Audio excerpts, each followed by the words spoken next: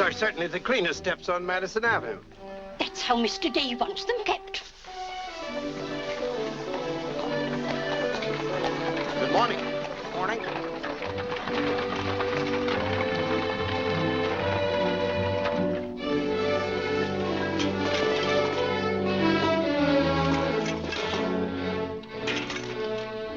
You're new here, aren't you? Just this morning. This is the way Mr. Day gets his milk.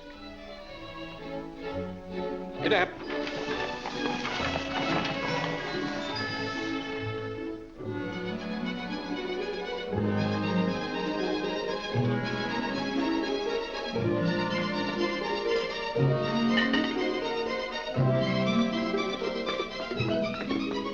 Annie, be careful of this dish. You could burn your hands. And keep the cover on till you're ready to serve them. Mr. Day likes his muffins hot. I'll do that.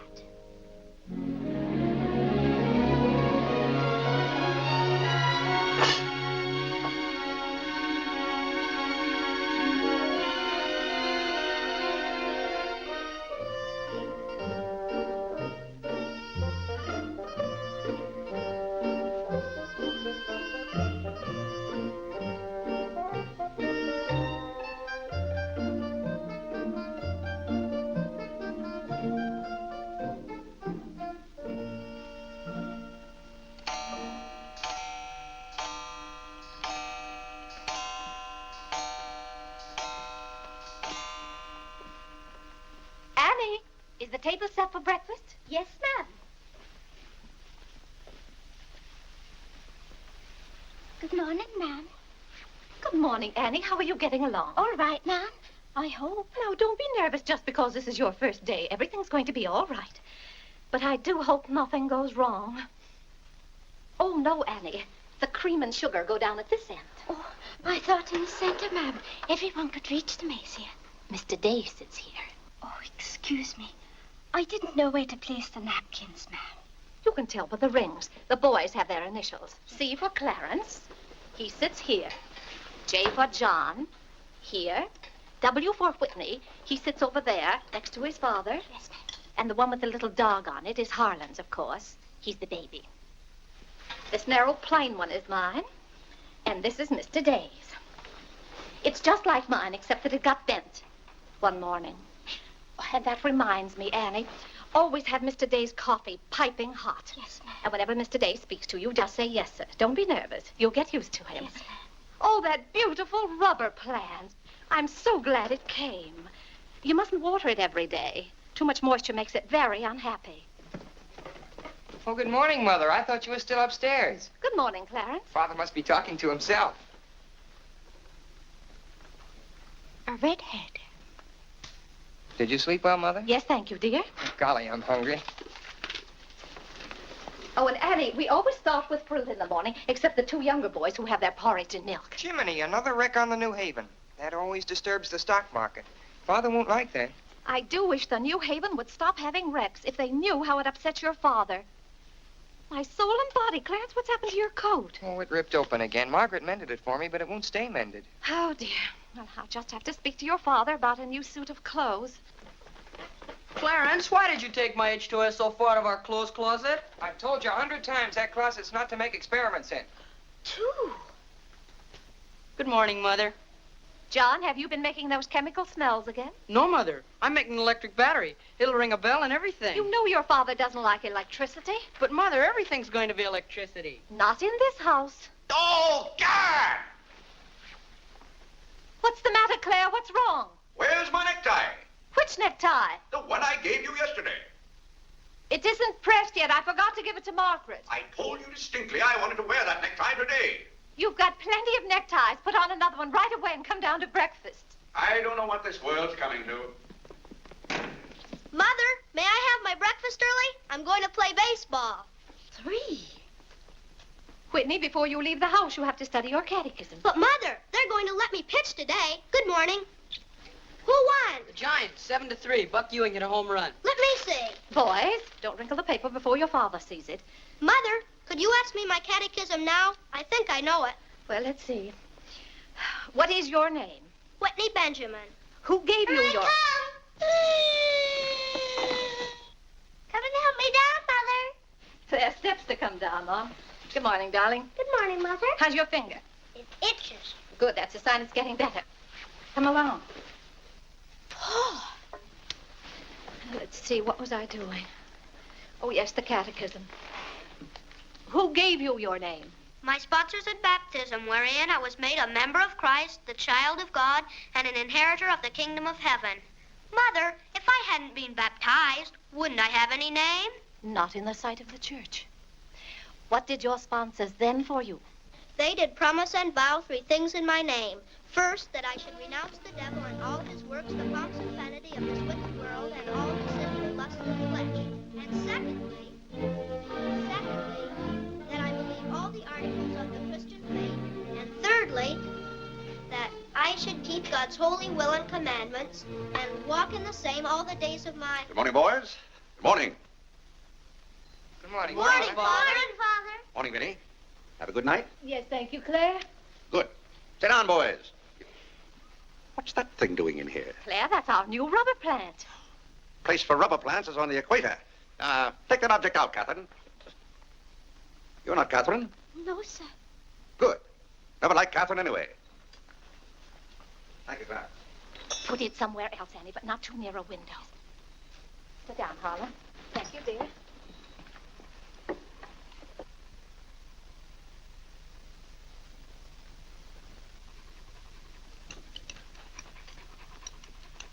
Where did that dog come from? She'll behave, Mother. I've talked to her. What did you say? Claire, that new suit looks very nice. You blasted tight. You put on a little weight, dear. I weigh just the same as I always have. Well, Clarence has just managed to ruin the only decent suit he has. I'm sorry, but I'm afraid he'll need a new suit of clothes.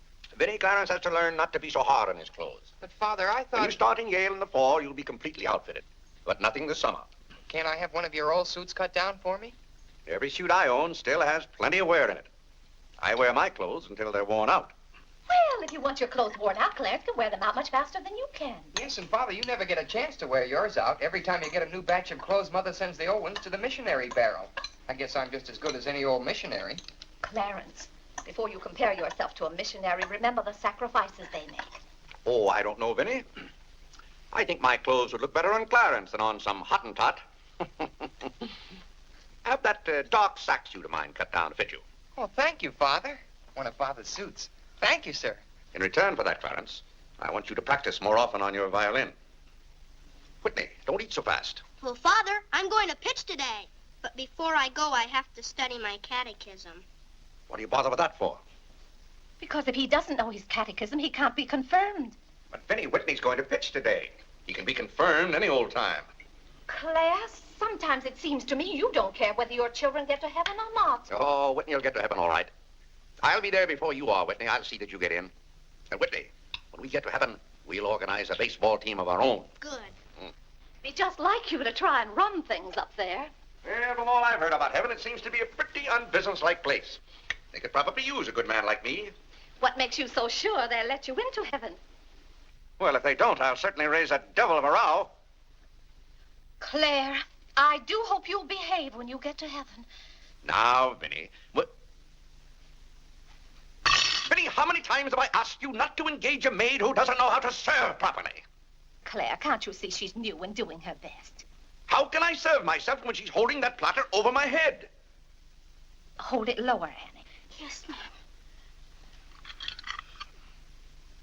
What became of the one we had yesterday? I don't know why you can't keep a maid. Oh, you don't. Why on earth can't you run your house the way I run my office? All I want is service. What the devil's that noise? It's Annie. Annie? Who's Annie? The maid. I'll take it, Annie. Claire, aren't you ashamed of yourself? What have I done now? You made her cry speaking to her the way you did. I never said a word to her. I was addressing myself to you. I do wish you'd be more careful. It's hard enough to keep a maid, and the uniforms just fit this one.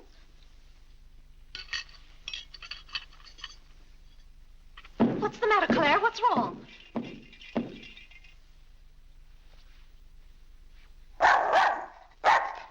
What in the name of... Well, Where did you come from? Who do you belong to? She's mine, Father. Her name is Princess. Looks more like a prince to me. What's wanted? Margaret, this bacon's good. Oh, Well, it's good. yes, sir. Harlan, how's that finger? Come here, let me see it. Yes, Father. Ah, yes, that's healing nicely. I guess you'll know the next time that cats don't like to be hugged. It's all right to stroke them, but don't squeeze them. Now go back and finish your oatmeal. I don't like oatmeal, Go on and finish it. It's good for you. but I don't like it. I'll tell you what you like and what you don't like. You're not old enough to know about such things. You've no business not to like oatmeal. It's good. I hate it. That's enough. We won't discuss it. Eat that oatmeal at once.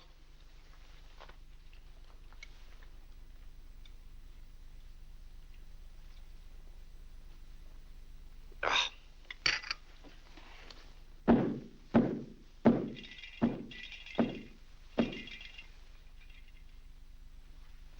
John, that letter's for your mother. I finished my oatmeal, Father. May I be excused? Yes, Whitney, you may go. It's a good game. I will. Whitney? Yes, Mother. My catechism. Never mind this morning, darling. Run along. Thank you, Mother. What's wanted? Margaret, what is this? Coffee, sir. It is not coffee. You couldn't possibly take water and coffee beans and arrive at that. It's slops, that's what it is. Slops. Take it away.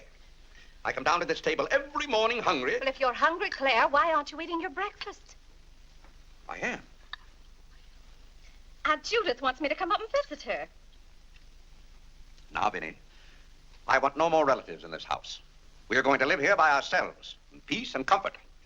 Claire, I was saying Aunt Judith wants me to visit her. Oh. Eat your oatmeal, dear. Now, what on earth is this? Dear friend Day, we are assigning you the exclusive rights to Staten Island for selling the Gem Home Pop-Up of popcorn. I think that's for me, Father. But then why isn't it addressed to Clarence Day Jr.? Oh, it is. I wouldn't get mixed up in popcorn, Clarence. It's too indigestible. Confound it, another wreck on the New Haven. If you please, ma'am, there's $1 due on a package. It's from Lewis and Conger's. Oh, yes, those kitchen knives I ordered. Make a memorandum of that, Vinny. $1 and whatever it was for. Of course, Claire. I must have a record of what is spent running this house. I've never understood what good a record is after the money's gone. There's just $1, Margaret. Vinny, this house must be run on a business basis. Of course, dear. That's what the household accounts are for. Oh, Claire, it's 8:30. You don't want to be late at the office. Plenty of time. Annie, clear the table now. Yes, ma'am, I'll do that. Clarence, John, Yes, Mother? you boys go up and move the small bureau from my room into yours. Who's coming? Cousin Cora, and she's bringing a friend with her, a young girl. A girl? You'll have to help entertain her, Clarence. Oh, Mother, do I have to? Wait till Father finds out we've got visitors. There'll be a rumpus. John, don't criticize your father. He's very hospitable. After he gets used to the idea. I like coffee, I like tea, I like the girls, and the girls like me. Well, I don't like girls, and they don't like me. Oh, God! Go on, boys, go on. What's the matter, Claire? What's wrong? How did that get in this room? Now, Claire, how was the new maid to know? Keep that abomination out of here. All right, I'll take it. Oh, Claire, dear, I'm afraid I'm going to need some more money. You were complaining about the coffee this morning. Well, that nice French drip coffee pot is broken, and you know how it got broken. Never mind that, Vinny. As I remember, that coffee pot cost $5 and something. I'll give you $6. When you get it, Vinny, enter the exact amount in the ledger. Of course, Claire. We can't go on month after month having the household accounts in such a mess. No, and I've thought of a system that will make my bookkeeping perfect. Well, I'm certainly relieved to hear that. All we have to do is open charge accounts everywhere, and the stores will do my bookkeeping for me. Now, wait a minute, Vinny. Then, when the bills come in, you'd know exactly where your money had gone. Yes, I certainly would. Vinny, we get enough bills as it is. Claire, dear, don't you hate those arguments we have every month? I certainly do. Not to have those, I should think, would be worth something to you. Well, I'll open an account at Lewis and Conger's and one at McCreary's to start with. Thank you, Claire. We'll see how it works out. Thank you. Oh, The rector's coming to tea today. The rector? Well, I'm glad you warned me. I'll go to the club. Don't expect me home until dinner time. Claire, dear, I do wish you'd take a little more interest in the church. Getting me into heaven is your business, Vinny. If there's anything wrong with my ticket when I get there, you can fix it up. Everybody loves you so much, I'm sure God must, too. I'll do my best, Claire. It wouldn't be heaven without you.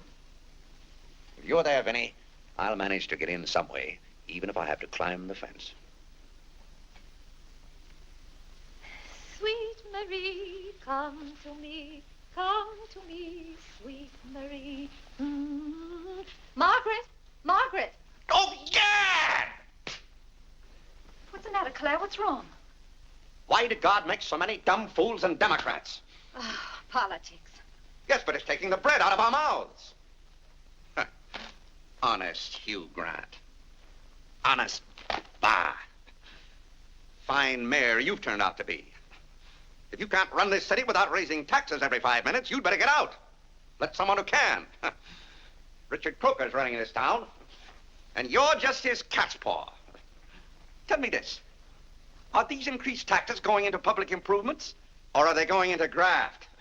Answer me that honestly if you can, Mr. Honest Hugh Grant. You can't. I thought so. Bah. Don't order dinner. You were elected to office on the promise that you would put an end to all this thievery and corruption. Have you put an end to it? No. You've encouraged it.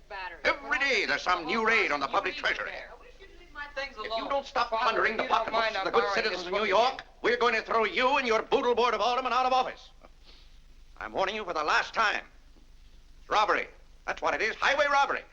Annie. If you think we're going to submit to this... Take this fresh cup of coffee into Mr. Day. Tell you, sir. But Mr. Day's Real got a estate owners visitor. of New York City are not going to tolerate these conditions any Nonsense. longer. Run along in now. We pay you a good round sum to watch after our interests, and all we get is inefficiency. I know you're an nincompoop, and I strongly suspect you of being a scalawag. You're not going to escape your legal responsibilities. Legal responsibilities? By gad, I mean criminal responsibilities. Don't think for 1 minute we're going to let you escape. We're going to throw you into jail.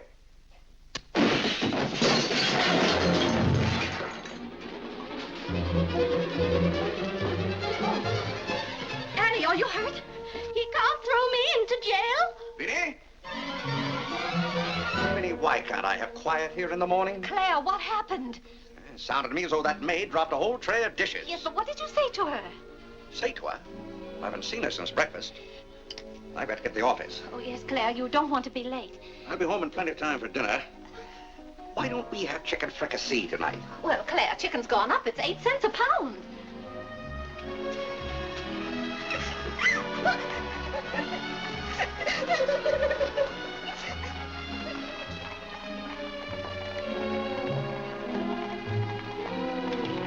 Where the devil's she going, dressed up like that? Claire, you've done it again. How could you? Could I what? Can't you see she's leaving? Dear, I've no time to engage a new maid. We'll have to have dinner out. Dinner out. Nonsense. I'll engage a new maid myself. Claire, you can't. She has to fit the uniforms. I'll have one here in an hour. Goodbye, dear. Bye, Claire. Good morning, Mr. Day. On your way to the office? Yes, Terence. Good morning. Mrs. Day? Good morning, Mr. Day. Jim.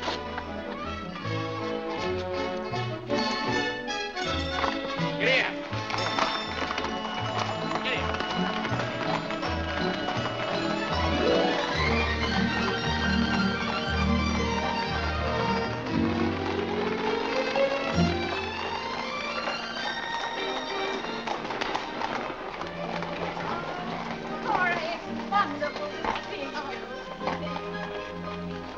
Vinny, I declare you're getting younger and prettier every year. Oh, this is Mary Skinner. It's Skinner's daughter. My goodness, I never would have known you.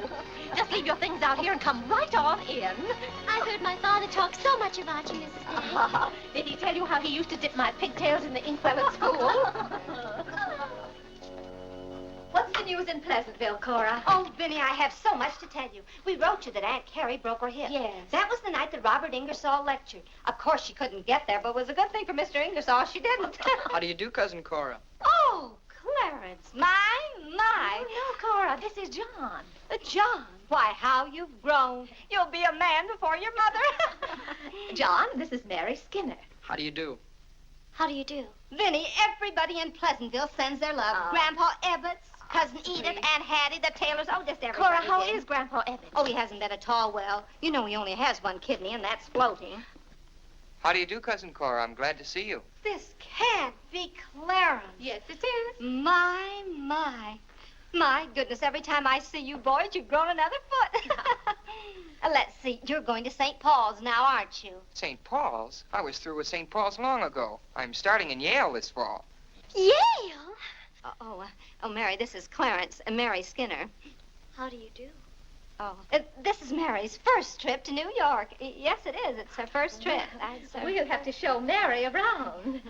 Oh, I tell you, I'll ask Mr. Day to take us all to Delmonico's for dinner tonight. Delmonico's? Think of that, Mary, Delmonico's. And Cousin Clara's such a wonderful host. Well, I know you girls want to freshen up, so come upstairs. Clarence, get their bags. I've given you girls Clarence's room, but he didn't know about it until Now, this Vinny, morning. I don't want you to He give hasn't us a moved his thought. things Don't out you yet. bother about us But for that doesn't 1 make any minute. John, get their old bags. We just take care of ourselves. You know, everyone is pleasant. Oh, you play the violin. Well, I fool with it a little. You're just being modest. No, really, I play the piano. Not awfully well, but... Now, you're being modest. Do you ever play duets?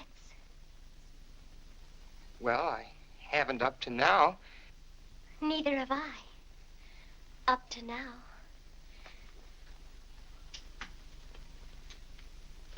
Cora didn't tell me about you.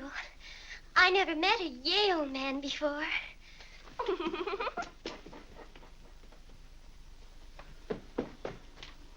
What's happened to you?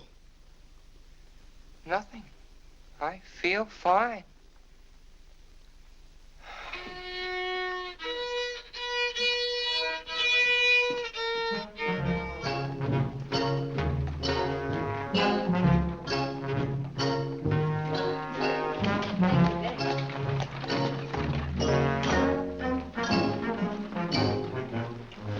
Where do you keep them?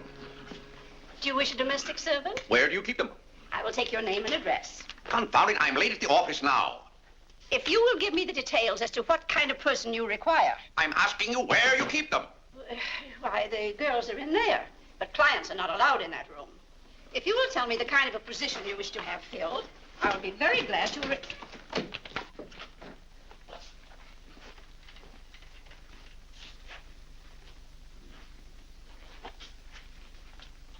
You stand up, please.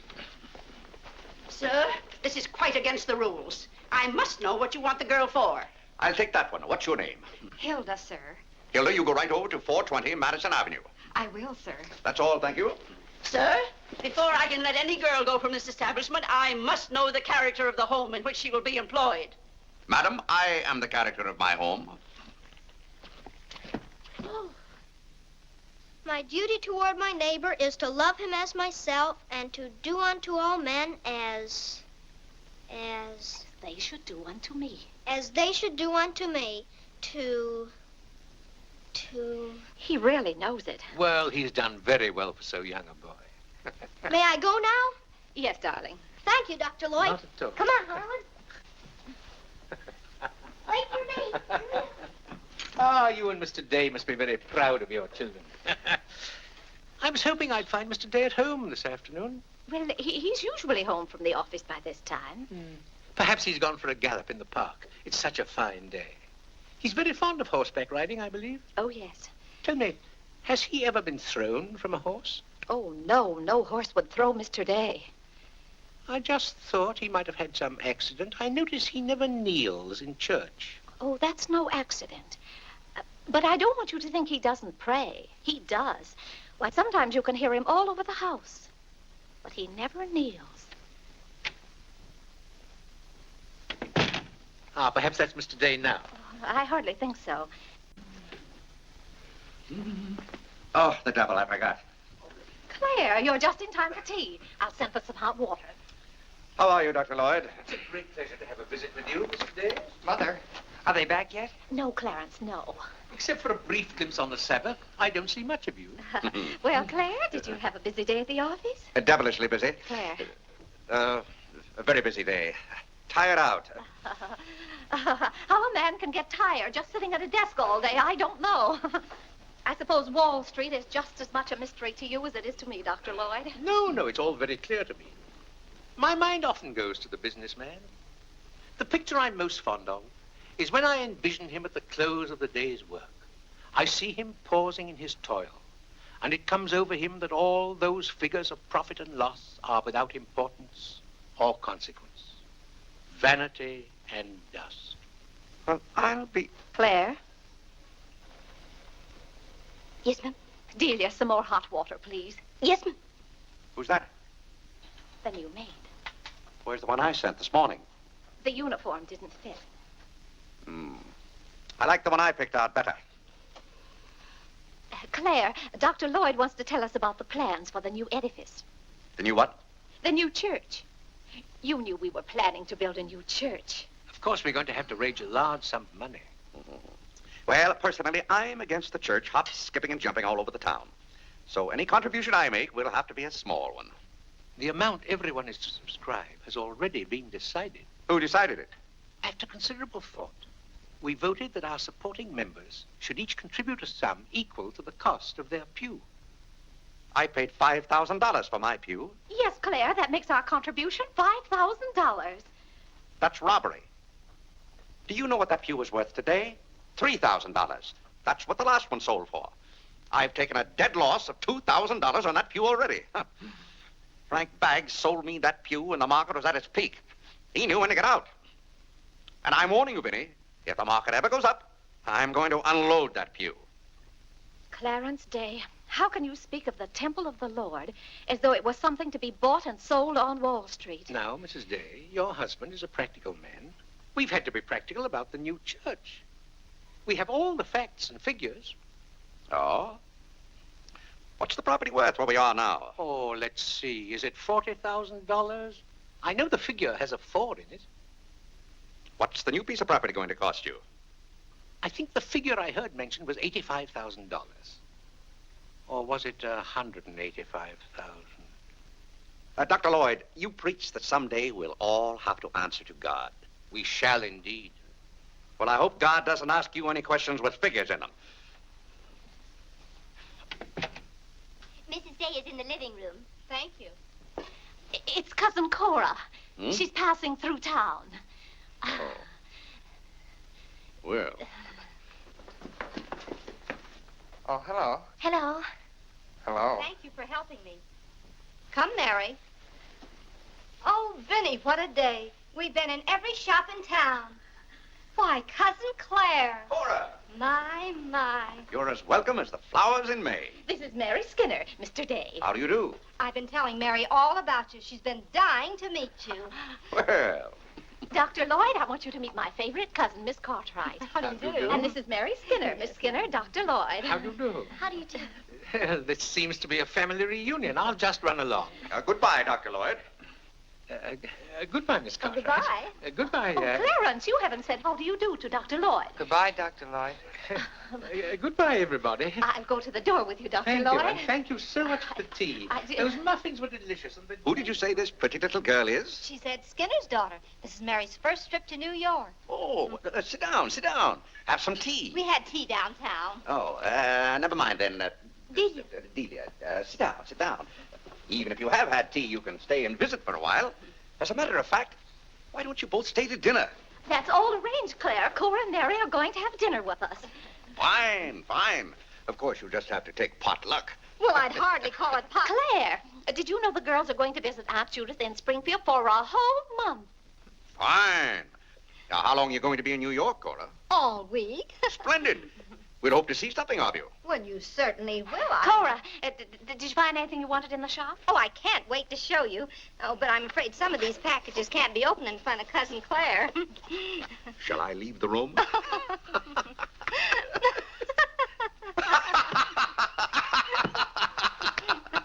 Oh, Clarence, would you take the packages in the hall up to our room, or should I say your room? Wasn't it nice of Clarence to give up his room to us for a whole week? Cora, come on, I just can't wait to see what's in those packages. Well, we'll be back soon. Vinny, I wish to speak to you before you go upstairs. I'll be down in just a minute, Claire. I wish to speak to you now. I'll be up in just a minute, Cora. It's all right, Vinny. Come along, Mary. Are those two women encamped in our house? Now, Claire. Answer me, Vinny. Now, Claire, you know... Answer me! Just a minute. Clarence.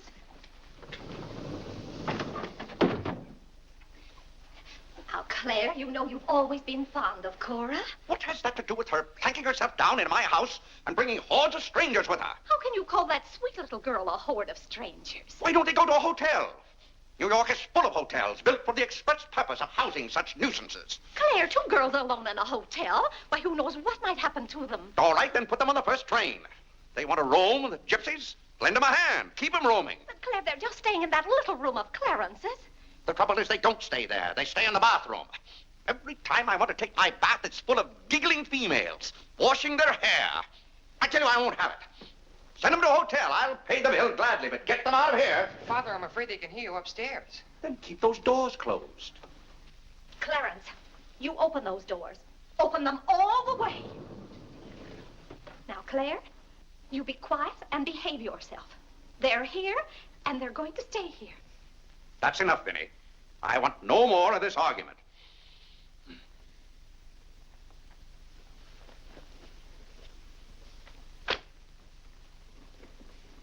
Oh,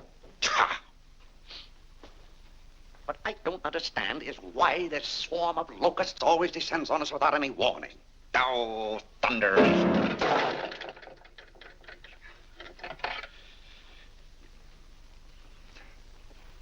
Vinny. Dear Vinny.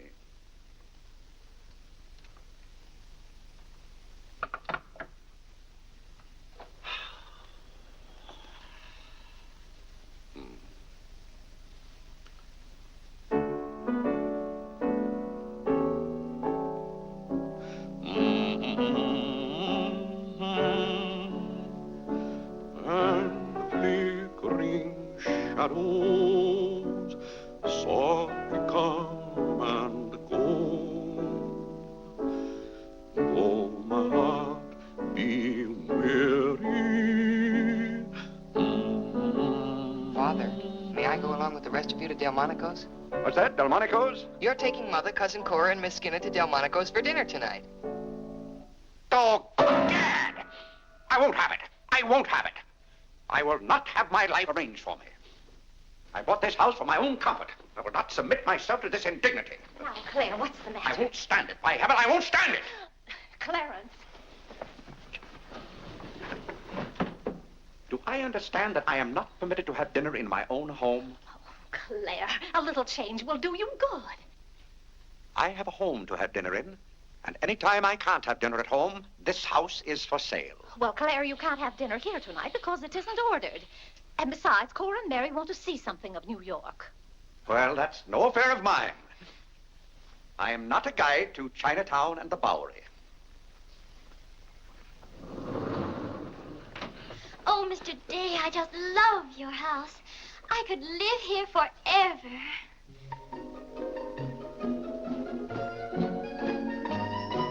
Cora's waiting for you, Mrs. Day. Oh, yes, I'll run right up.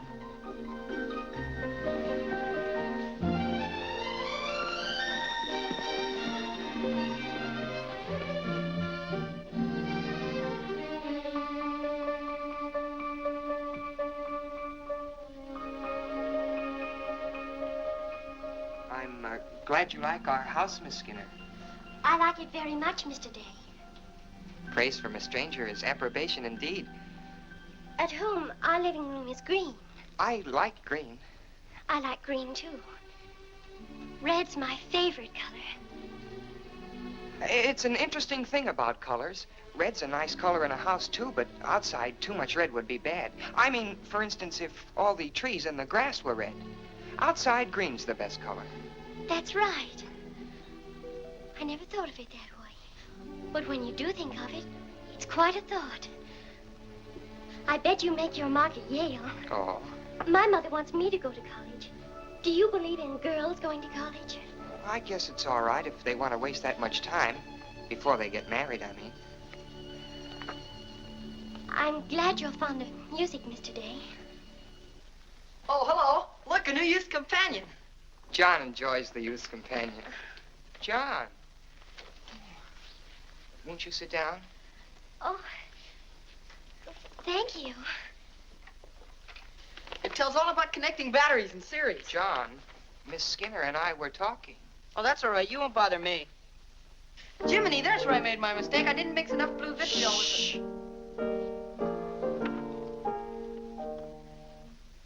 Oh, don't stop. Can you play that? I'm afraid not. Can you play Sweet Genevieve? That's my favorite. Not without my music. Hymns are nice, don't you think? I like this one.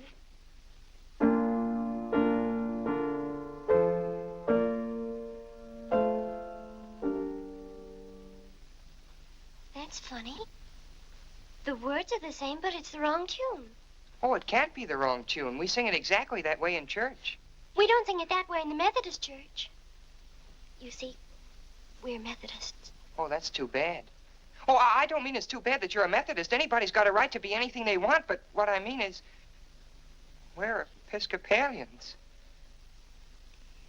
Yes, I know. Anyway, the words are the same. Shall we begin?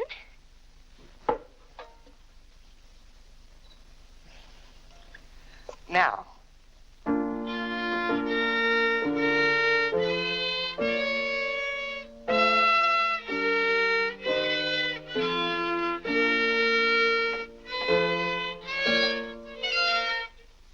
Oh, dear. Well, what's wrong? Shall we try again?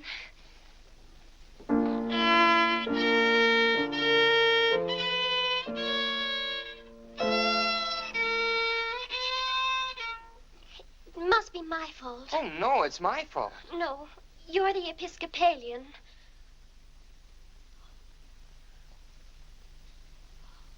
I just remembered something. My father was an Episcopalian. He was baptized an Episcopalian. He was an Episcopalian right up to the time he married my mother. She was the Methodist. Oh. Oh, well, let's try it again then.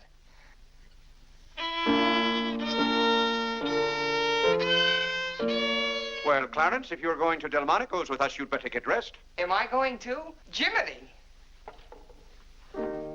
Thank you, Father. Be ready in just a minute, Mother.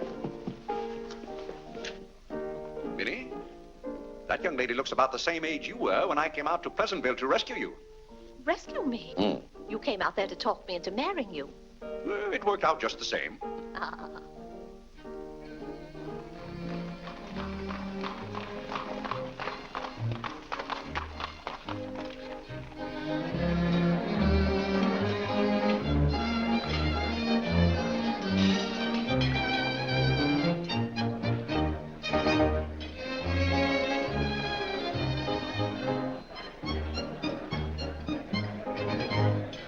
L'addition, François. Oui, monsieur, tout de suite. Louis, l'addition pour monsieur Day. Oui, monsieur. Alors, vite, vite, tout de suite. Alors, vite, vite, tout de suite. Cette sauce diable était délicieuse. Merci, monsieur. Je suis content que monsieur soit satisfait. Merci, monsieur. Bon. French. Oui. No cooking like the French. Claire, it was so nice of you to invite Cora and Mary here their first night. It's been a pleasure. Mr. Day, have you always been an Episcopalian? I've always gone to the Episcopal Church, yes. But you weren't baptized a Methodist or anything, were you? You were baptized an Episcopalian? Come to think of it, I don't believe I was ever baptized at all. Claire, that's not very funny, joking about a subject like that. I'm not joking. I remember now, I never was baptized. Claire, that's ridiculous. Everybody's baptized. What? I'm not. No one would keep a little baby from being baptized. You know father or mother, free thinkers, both of them. They felt their children should decide those things for themselves. But Claire... I remember when I was 10 or 12 years old, Mother said I ought to give some thought to it, but I never got around to having it done to me. Claire, do you know what you're saying? Yes, I'm saying I've never been baptized. Then something's got to be done about it right away. Now, Fiddy, don't get excited over nothing. Why haven't you ever told me? Well, what difference does it make? I've never heard of anyone who wasn't baptized. Even the savages in darkest Africa. Well, it's all right for savages and children. But if an oversight was made in my case, it's too late to correct it now.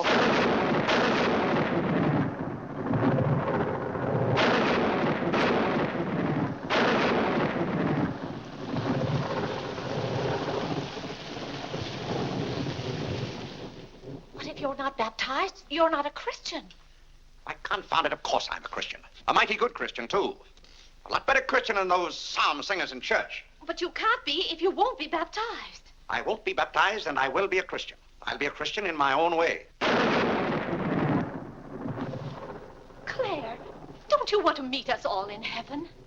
Of course. And I'm going to. But you can't go to heaven if you're not baptized. Ah, that's a lot of falderall.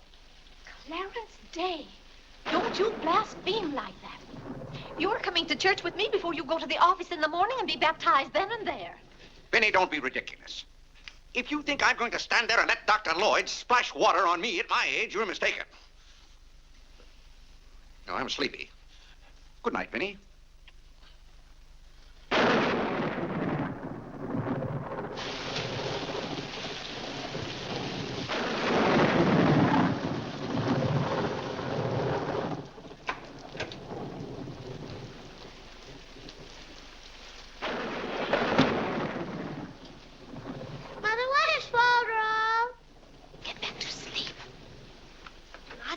Yes, Whitney. If Father hasn't been baptized, he hasn't any name.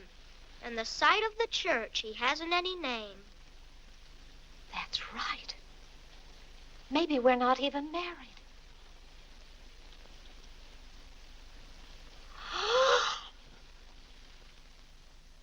We, thine unworthy servants, do give thee most humble and hearty thanks for all thy goodness and loving kindness to us and to all men.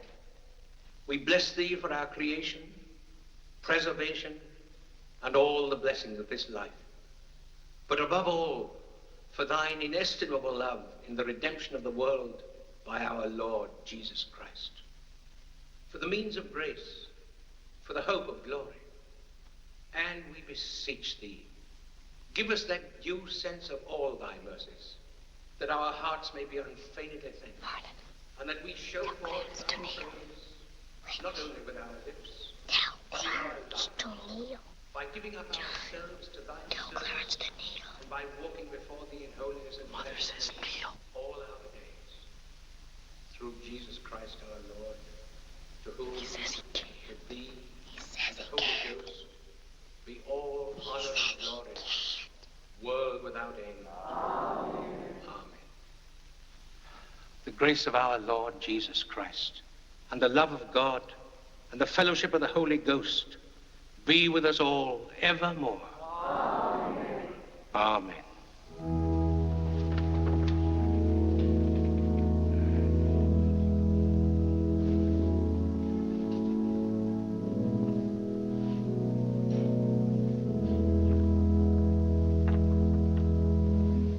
And so, my friends, what comfort and security it gives us when we have reached the age of understanding, to know that the rite of baptism has not been neglected in our infancy or youth. Can you imagine any man who has reached maturity with the knowledge that he had never been baptized, failing to hasten to the holy font that his soul might be saved? As it says in the baptismal office, except a man be born of water and of the Spirit, he cannot enter into the kingdom of God. He that believeth and is baptized shall be saved, but he that believeth not shall be damned. What's that fellow up to? He can't be. Which also showeth us the great benefit we reap thereby. Tell Father. Shh.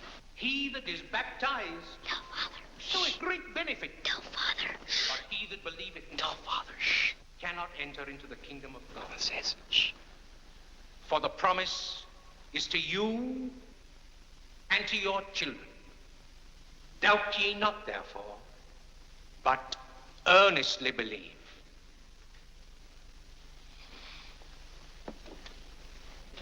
In the name of the Father, and of the Son, and of the Holy Ghost. Amen. Amen.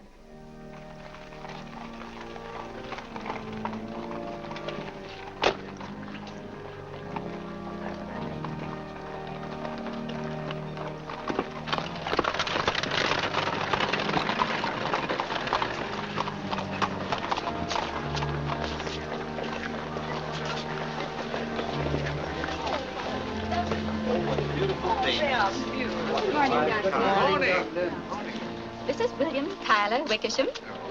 And this is Wilhelmina Eugenia Wickersham. What a lovely day for them to be baptized. The happiest day of my life. Sure it is. Lovely. Thank you, Mrs. Dale.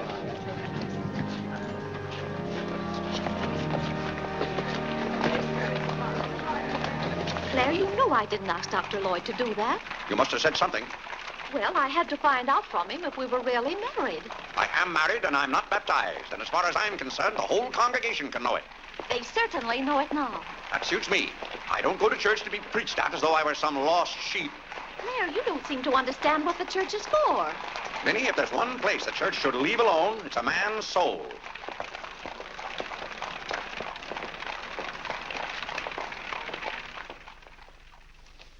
Well, he's going to be baptized, Cora. You mark my word. I just couldn't go to heaven without Claire. Why, I get lonesome for him even when I go to Ohio. It's awfully hard on a woman to love a man like Claire so much. Oh, men are so aggravating. They take everything for granted. They certainly do. You know, I don't believe Claire's come right out and told me he loves me since we've been married. Of course, I know he does because I keep reminding him of it. You have to keep reminding them, Cora. Minnie, the table isn't set for dinner yet.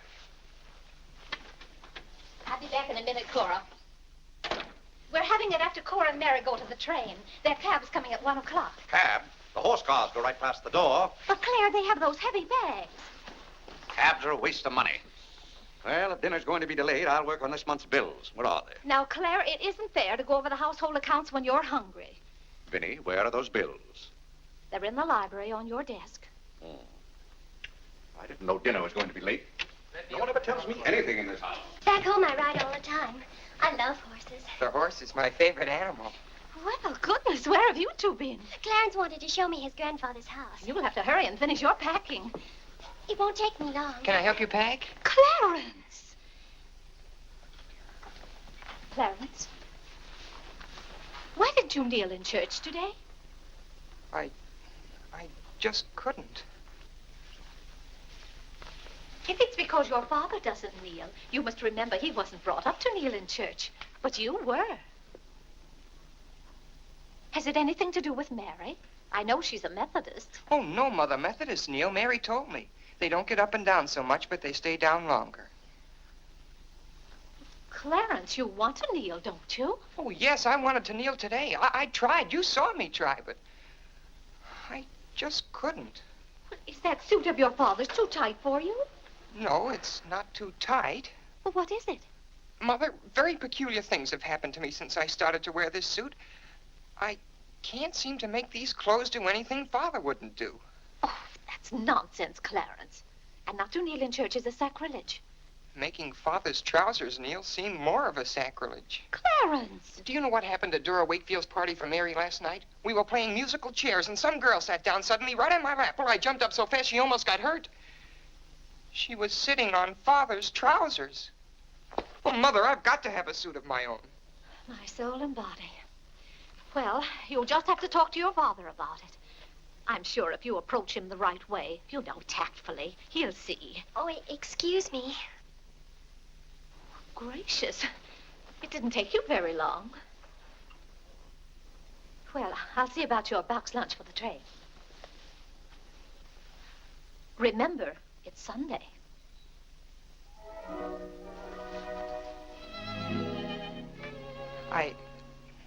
I was hoping we could have a few minutes together before you left. Cora had so much to do, I wanted to get out of her way. Well, didn't you want to see me? I did want to tell you how much I've enjoyed our friendship.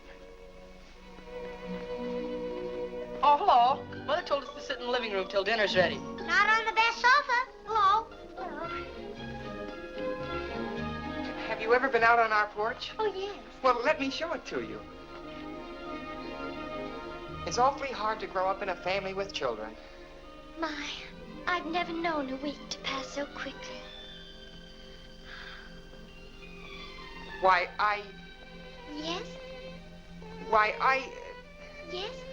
You're going to write me when you get to Springfield, aren't you? Of course. If you write me first. But you'll have something to write about, your trip and Aunt Judith and how things are in Springfield. You write me as soon as you get there. Maybe I'll be too busy. Maybe I won't have time. Well, you find the time. Let's not have any nonsense about that. You'll write me first and you'll do it right away, the first day. How do you know I'll take orders from you? Well, I'll show you. Give me your hand. Why should I? Give me your hand, confound it. What do you want with my hand? I just wanted it. What are you thinking about? I was just thinking. About what? I was hoping you'd write me first, because that would mean you liked me. Well, what's my writing first got to do with liking you? You do like me then. Of course I do. I like you better than any girl I ever met. But you don't like me well enough to write first. Well, I don't see how one thing's got anything to do with the other. But a girl can't write first because she's a girl. Well, that's nonsense. If a girl has something to write about and a fellow hasn't, there's no reason why she shouldn't write first. You know, the first few days I was here, you'd do anything for me. And then you changed. You used to be a lot of fun. Then all of a sudden you turned into an old sober sides. Why, you even dress like an old sober sides. What's the matter? I just happened to remember something. What? Oh, I know. It's because this is the last time we'll be together. Mary, please. But, Clarence, we'll see each other in a month when I come back. Oh, Clarence, please write me first, because that'll show me how much you like me. Please. I'll show you how much I like you. Get up, get up! Oh, Mary, don't do that. Please don't do that. Now you'll think I'm just a bold and forward girl. Oh, no, it's not that. Was it because it's Sunday? No, it'd be the same any day. Oh! You just didn't want me sitting on your lap. Oh, it was nice of you to do it. It was nice of me, so you told me to get up. You just couldn't bear to have me sit there. Well, you needn't write me first. You needn't write me any letters at all, because I'll tear them up without opening them. I never want to see you again. Oh, Mary, listen to me. Mary, please. Oh, Mary.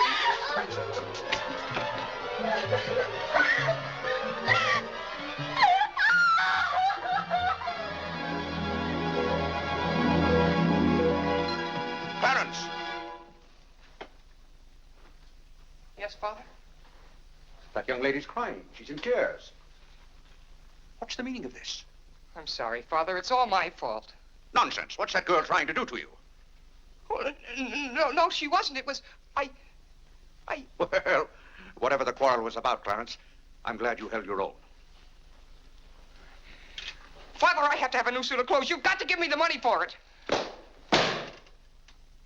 Young man, do you realize that you're addressing your father? I'm sorry, Father. I apologize. But you don't know how important this is to me. A new suit of clothes is so important. Oh, why should... Clarence, has your need for a new suit of clothes anything to do with that young lady? Yes, Father. Why, Clarence. Why, this comes as quite a shock to me. What does, Father?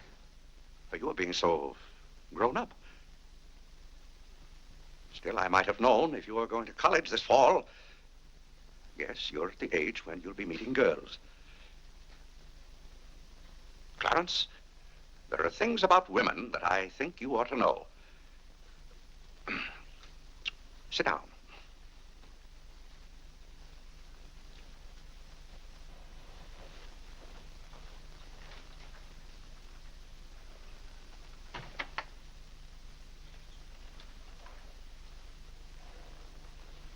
Yes, I think it's better for you to hear this from me than to have to learn it for yourself. Clarence, women aren't the angels that you think they are. Well, now, first let me explain this to you. You see, Clarence, we men have to run this world, And it's not an easy job. It takes work. And it takes thinking. A man has to reason things out. Now you take a woman. A woman thinks... No, I'm wrong right there. A woman doesn't think at all. She gets stirred up. And she gets stirred up over the most confounded things. Now, I love my wife just as much as any man, but that doesn't mean that I should stand for a lot of falderall. By gad, I won't stand for it. Stand for what, Father? That's the one thing I shall not submit myself to. Clarence, if a man thinks a certain thing is wrong, he shouldn't do it. If he thinks it's right, he should do it. Now, that has nothing to do with whether he loves his wife or not. Who says it has, Father? They do. Who, sir? Women. They get stirred up. And then they try to get you stirred up, too. But don't you let them do it, Clarence. Don't you let them do it. Now, if you can keep reason and logic in the argument, a man can hold his own, of course. But if they can switch you, pretty soon the argument's about whether you love them or not. I swear I don't know how they do it. But don't you let them, Clarence. Don't you let them. I see what you mean so far, Father. If you don't watch yourself, love can make you do a lot of things you don't want to do. Exactly. But if you do watch out and know just how to handle women, then you'll be all right. All a man has to do is be firm. You know how sometimes I have to be firm with your mother. Yes, but Father, what can you do when they cry? Well, that's quite a question. You just have to make them understand that what you're doing is for their good. I see. Now, Clarence, you know all about women.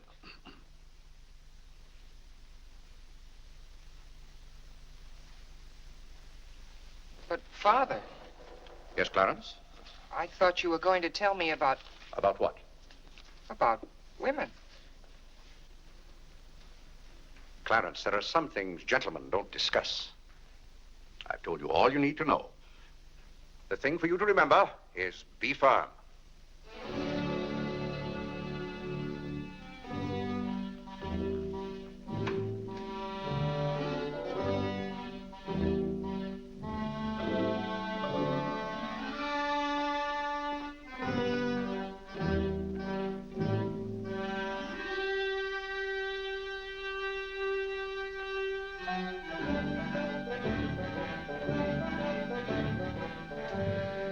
Mary, when you get to Springfield, the very first thing you...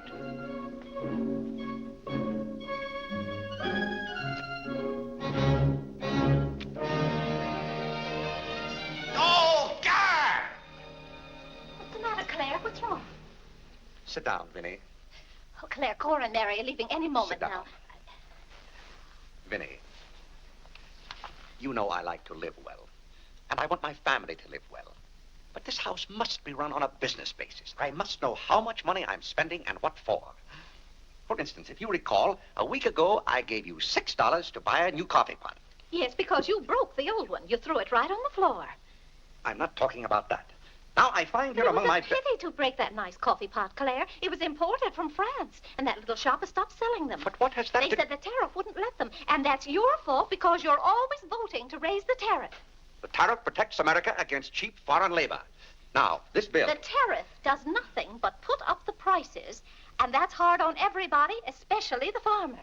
Vinny, I wish to heaven you wouldn't talk about matters you don't know anything about. I do, too, know about them. Miss Gulick says that every intelligent woman should have some opinion Who, about... may I ask, is Miss Gulick? She's the current events woman I told you about, and the tickets are $1 every Tuesday. Do you mean to tell me that a pack of idle-minded females pay $1 apiece to hear another female gabble about the events of the day? Listen to me if you want to know anything about the events of the day. But you get so excited, Claire. And besides, Miss Gulick says that our president, whom you're always belittling, prays to God for guidance. Vinny, what happened to that $6? What $6? I gave you $6 to buy a new coffee pot. Now I find that you apparently got one at Lewis and Conger's and charged it. Here's the bill. One coffee pot, $5. So you owe me $1, and you can hand it right over. I'll do nothing of the kind. What did you do with that $6? Well, Claire, I can't tell you now, dear. Why didn't you ask me at the time? I give up. Wait a minute. I spent $4.50 for that new umbrella. Now we're getting somewhere. One umbrella, $4.50. And that must have been the week I paid Mrs. Tobin for 2 extra days washing. Mrs. Tobin. That's $2 more. $2. That makes $6.50, and that's another 50 cents you owe me. I don't owe you anything. What you owe me is an explanation of where my money's gone. I do the best I can to keep down expenses. You know yourself, Cousin Phoebe spends twice as much as we do. Don't talk to me about your cousin Phoebe. You talk about your own relatives enough. That's not fair, Vinny. When I talk about my relatives, I criticize them. I can't even speak of Cousin Phoebe. You can speak about all you want to. But I won't have Cousin Phoebe or anyone else dictating to me how to run my house. I didn't say a word about her dictating. Claire, you know she isn't that. You said... Well, I don't know what you said now. You never stick to the point. Now, we're going over this account book, item by item. I find here a bill for $38. I don't know what you expect of me. I tire myself out chasing up and down those stairs all day long, trying to look after your comfort, to bring up our children. I do the mending and the marketing. Now you want me to be an expert bookkeeper, too.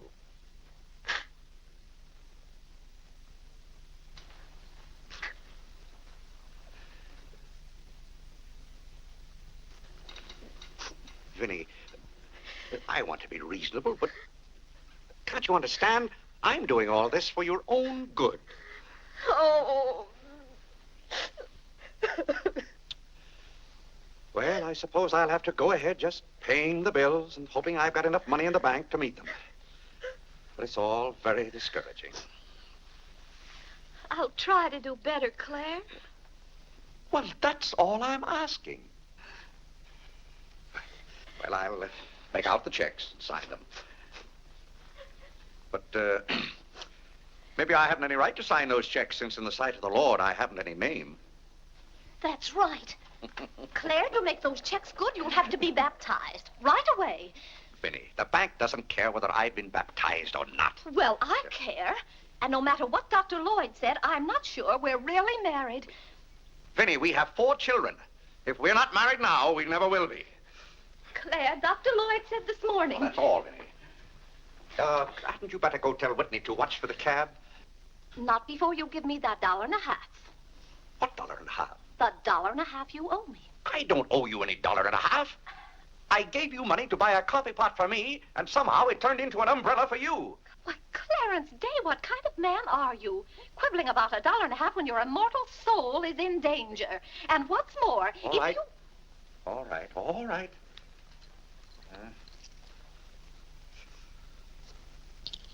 Thank you, Claire. Now the accounts are all straight again.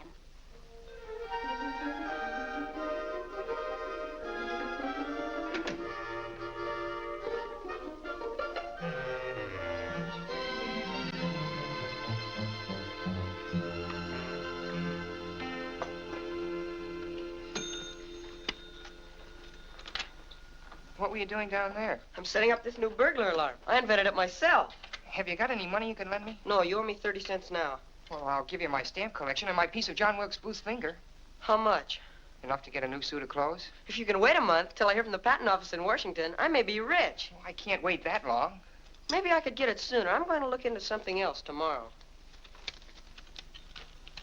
Wanted, an energetic young man to sell household necessity. Liberal commission. Apply 312. What? John, let me have this job. Why should I give you my job? They're hard to get. But I've got to get a new suit of clothes. Maybe I could get the job for both of us. I'll ask the man.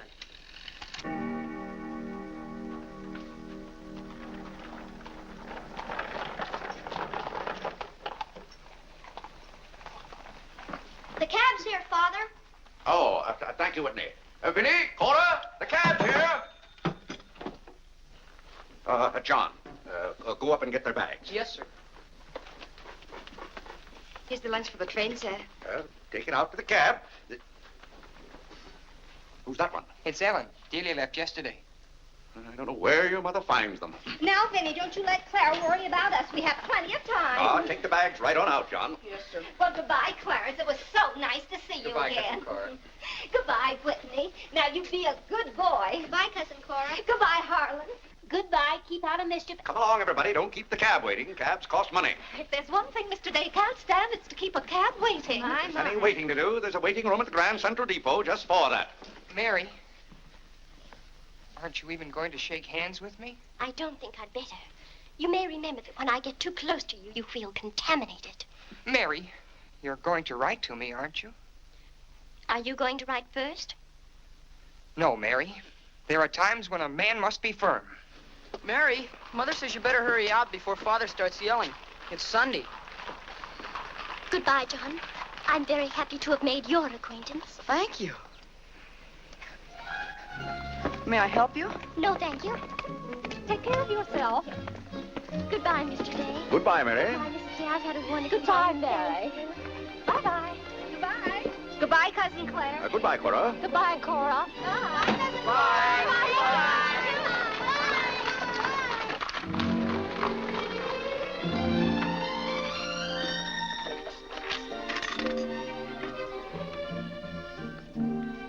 Dear Mary. My duty toward my neighbor is to love him as myself and to do to all men as I would they should do unto me. Has Father gone to the office yet? Come on, let's go to the ball field. I've got to guard this box till John comes back. It's his burglar alarm. It wouldn't work, so he fixed it. We're going to put it back in the dining room after Father goes to the office. Are there burglars around? Everywhere. Oh. To love, honor, and succor my father and my mother. Why do you have to learn that? Because if I don't, I'll go to hell. Father's going to hell. He is not. Yes, he is, because he isn't baptized. He'll go to hell and burn for 1,000 years. He won't. He won't. He'll be in a lake of fire and brimstone, and 1,000 devils with pitchforks will be poking at him. No, Mother, don't let me. Father will hear you. No, I don't. Oh, come on, ye faithful. Oh, come on, ye faithful. That noise. Just singing, Father. You boys be quiet. You know your mother isn't feeling well. Yes, Father.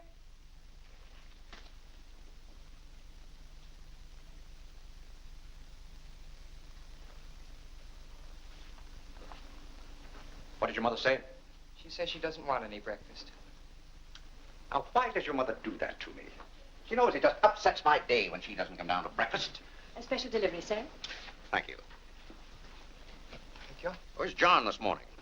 Well, John had his breakfast early, Father, and went out to see about something. See about what? Well, John and I thought we'd work this summer and earn some money. Good. Work never hurt anyone. It's good for them. But if you're going to work, work hard. King Solomon had the right idea about work. Whatever thy hand findeth to do, Solomon said, do thy doggonedest. Well, I don't understand this at all. Here's a letter from some woman I never even heard of. Oh, Father. Oh, Gad! What is it, Father? This woman claims that she sat on my lap and that I didn't like it. Huh. What's that word? No, that one down there. It looks like curiosity. Oh. I only opened your letter as a matter of curiosity. Yes, go on. Why, this gets worse and worse. It just turns into a lot of sentimental, lovey-dovey mush. Tcha! If this is someone's idea of a practical joke. What's the matter, Claire? What's wrong? Nothing wrong. Just a fool letter. How are you feeling, Vinny? I thought you needed me. If you don't, I'll go back to bed. Oh, no. Come sit down and get some food in you. Do you good. Build up your strength. Yeah, here, sit down. Here, what's this one's name? Nora. Nora, get Mrs. Day some bacon and eggs. No, Nora. Bring me a cup of tea up to my room. Yes, ma'am. Oh, Vinny, it's just weak to give in to an ailment. I notice when you have a headache, you yell and groan and swear enough. Well, that's to prove to the headache that I'm stronger than it is. I think I've caught some kind of germ. Some of my friends have had to send for the doctor. The doctor? Oh, poppycock. But Claire, dear, when people are ill, you have to do something. Certainly I have to do something. Cheer them up. That's the way to cure them. How would you go about cheering them up? I? Oh, I'd tell them, bah.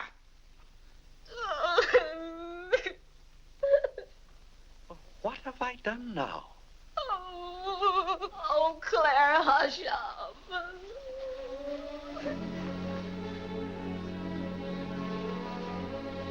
Hey, I didn't mean to upset you.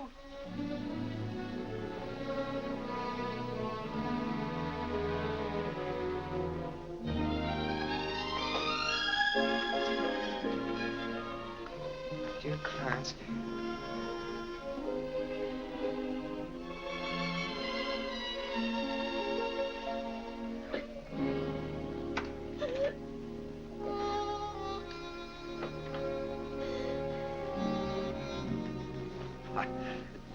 I was just trying to help you. You know, when you take your bed, I have a confounded lonely time around here. So when I see you getting it into your head that you're not feeling well, I want to do something about it. But just because some of your friends have given in to this, no reason why you should imagine you're ill. Claire, stop. Get out of this house and go to your office.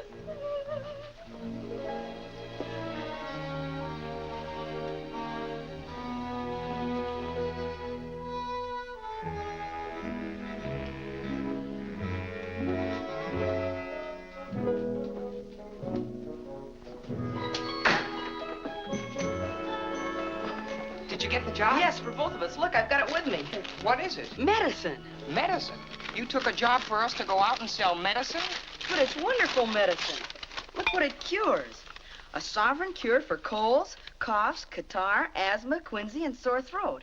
Poor digestion, summer complaint, colic, dyspepsia, heartburn, and shortness of breath.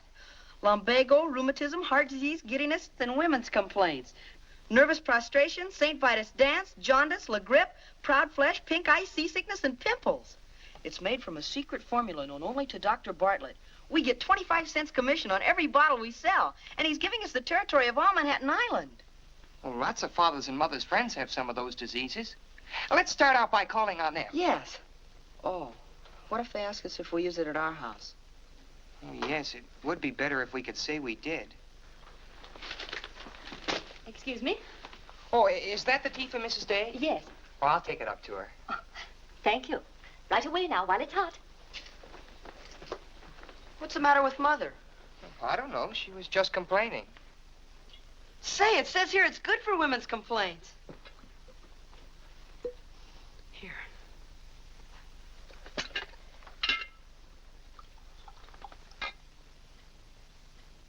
Yes, sir. Chesapeake and Ohio, an 8.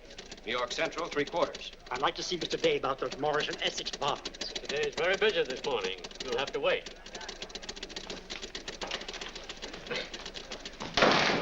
Where's Father? Well, Master Whitney, have you come to pay us a visit? Where's Father? He's busy in his office with a customer. Master Whitney! But, Mr. Day, the president of the firm is... Father, you have to come home right away. What's the meaning of this? Who sent you down here? Your mother? No, sir. Mother's ill. She's terribly ill. Did the doctor send you for me? No, sir. It was Margaret. Margaret? Margaret says you're to come home right away and no nonsense. Perkins, go down and stop the first cab you see. A cab, sir? For you, Mr. Day? Yes, I want a cab, and no nonsense. Yes, sir. I'm sorry, Mr. Hopkins.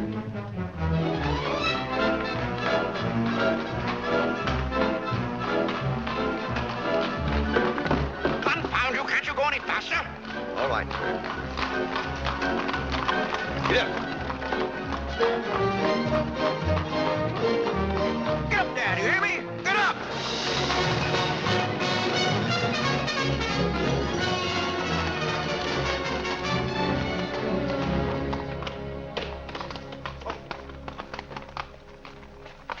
Oh, Doctor, how is Mrs. Day? She's a pretty sick woman. Oh, what's wrong with her? Well, do you know or don't you? What did Mrs. Day have for breakfast this morning? Not a thing. I tried to get her to eat something, and she wouldn't. I can't understand it. Understand what? These violent attacks of nausea. It's almost as though she were poisoned. Poisoned? Let me take your cab. I'll try not to be gone more than 10 or 15 minutes. And, Mr. Day, you're not to go into a room. You'd better get her well. Right away, or you'll hear from me. Turn west on 47th Street. Get up, get up.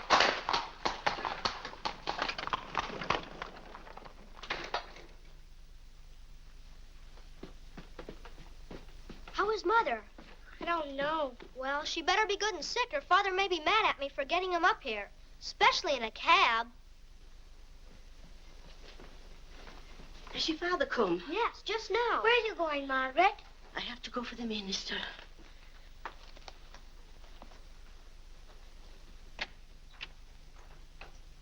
I guess the minister's coming to baptize Father, so I won't have to go to hell. You can't be baptized in a house. You've got to have water. We have lots of water. Not the right kind.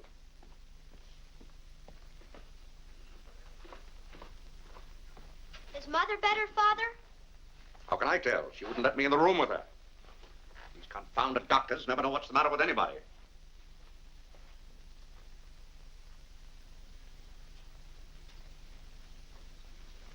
Father, Yes? Mother's going to get well, isn't she? Of course she's going to get well. Father, may we come in? It's lonesome without Mother. Yes, it is, Harlan. It's lonesome. Come in, boys.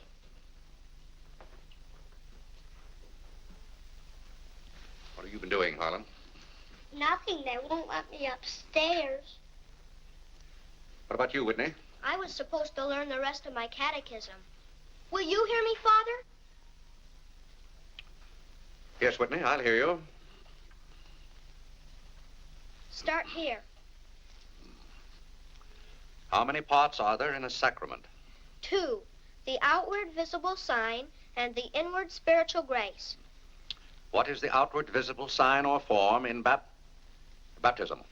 Water, wherein the person is baptized in the name of... You haven't been baptized, have you, Father? Whitney, what is the outward visible sign? Water, wherein the person... You don't know it well enough, Whitney. You'd better go and study it some more. Do you want me to read to you, Harlan? Father, are they going to put you into hell? Whitney, take Harlan with you.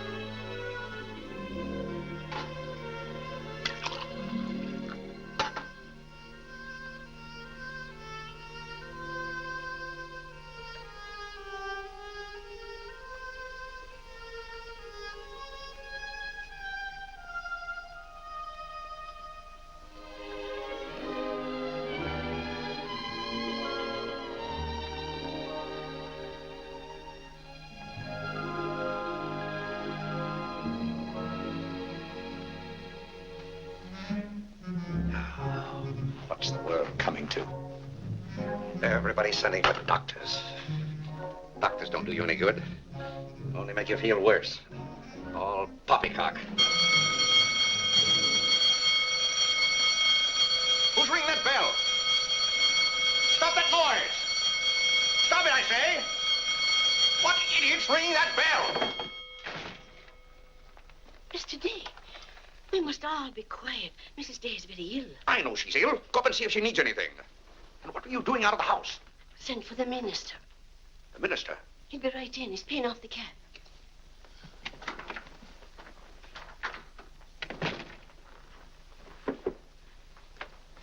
I was deeply shocked to learn the serious nature of Mrs. Day's illness. Will you take me up to her? She's resting now. She can't be disturbed. The doctor will be back in a minute. Mrs. Day has been a tower of strength in the parish. Everyone liked her so much. Yes, she was a fine woman. I wish to heaven you wouldn't talk about Mrs. Day as if she were dead.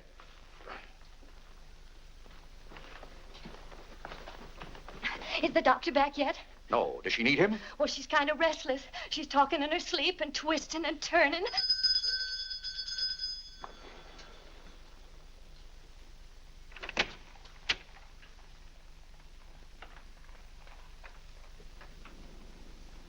Well, Doctor, it seems to me that was a pretty long 10 minutes. See here, Mr. Day, if I'm to handle this case... How can you handle it if you're out of the house?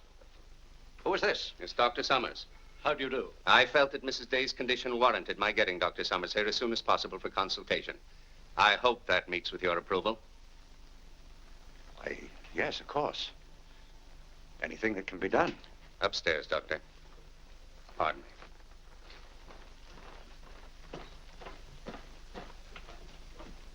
Mrs. Day is in good hands now, Mr. Day. There's nothing you and I can do at the moment to help. Dr. Lloyd. Yes? There's something that's troubling Mrs. Day's mind. Oh? I think you know what I refer to. Yes. You mean the fact that you've never been baptized? Yes, I gathered that you knew about it from your sermon last Sunday. But let's not get angry. I think something had better be done about it. Yes, Mr. Day? When the doctors get through up there, I want you to talk to Mrs. Day. I want you to tell her something. Why, I'd be glad to. You're just the man to do it. She shouldn't be upset about this. I want you to tell her that my being baptized would just be a lot of confounded nonsense. But, Mr. Day... No, she'd take your word on a thing like that. And we both must do everything we can to help her now. But the solution is so simple.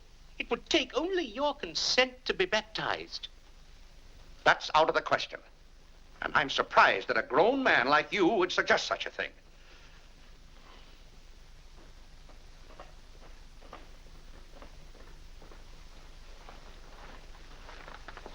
Well, Doctor, how is she?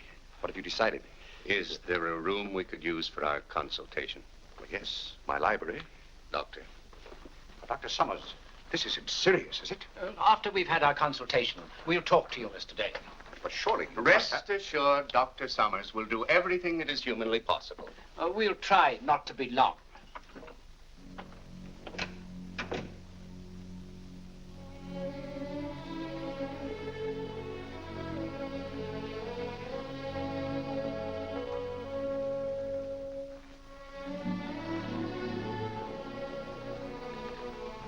Tell me, this Dr. Summers, he's very highly thought of, isn't he? Oh, yes. Well, if Vinnie is seriously... If anyone could help her, he could. Don't you think? Very fine physician. But there is a greater help, ever present in the hour of need. Let us turn to him in prayer. Let us kneel and pray.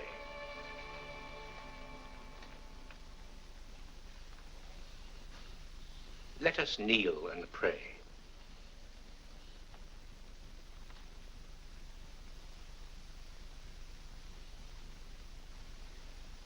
O Lord, look down from heaven. Behold, visit, and relieve this thy servant who is grieved with sickness. Have mercy on her, O Lord. Have mercy on this miserable sinner. Forgive her, and extend thy accustomed She's goodness. not a miserable sinner, and you know it. Oh, God! You know Vinnie is not a miserable sinner. She's a fine woman. She shouldn't be made to suffer. It's got to stop, I tell you. It's got to stop. Have mercy, I say. Have mercy, I tell you. What's the matter, Claire? What's wrong? Vinnie. Vinnie, what are you doing down here? You shouldn't be out of bed. You get right back upstairs. I heard you call. Do you need me? Vinnie, I know now how much I need you. Get well, Vinnie. I'll be baptized. I promise. I'll be baptized. You will? I'll do anything. Oh, Claire. We'll go to Europe, just we two. You won't have to worry about the children or the household accounts. Or... Vinnie. Don't worry, Mr. Day. She'll be all right now. Bless you for what you have done. What did I do? You promised to be baptized. I did? Oh, Gad!